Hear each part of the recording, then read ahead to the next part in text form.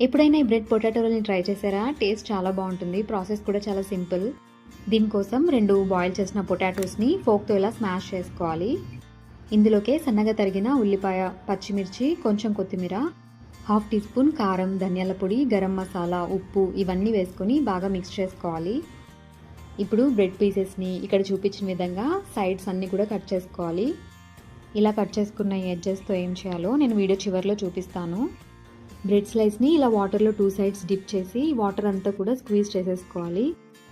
మధ్యలో ఆలూ స్టఫింగ్ పెట్టేసి ఇక్కడ చూపించిన విధంగా ఫోల్డ్ చేసుకోవాలి. ఇలానే బ్రెడ్ స్లైసెస్ అన్నీ కూడా స్టఫ్ చేసుకొని మీడియం హీట్ ఉన్న ఆయిల్లోకి వేసి గోల్డెన్ బ్రౌన్ కలర్ వచ్చే వరకు ఫ్రై చేయాలి. ఎంతో సింపుల్గా అయిపోయే బ్రెడ్ పొటాటో రోల్ని మీకు ఇష్టమైన సాస్ లేదా మయోనీస్తో వేడివేడిగా సర్వ్ చేసుకోవడమే. వీటిని తప్పకుండా ట్రై చేయండి. మనం పక్కనుంచిన బ్రెడ్ సైడ్స్ని ఇలా టూత్ పిక్స్తో ఫోల్డ్ చేసుకొని షుగర్ సిరప్లో డిప్ చేసుకుంటే హాట్తో పాటు స్వీట్ని కూడా ఎంజాయ్ చేయొచ్చు. ఈ వీడియో మీకు నచ్చినట్టయితే లైక్ చేసి మన ఛానల్ని సబ్స్క్రైబ్ చేసుకోండి.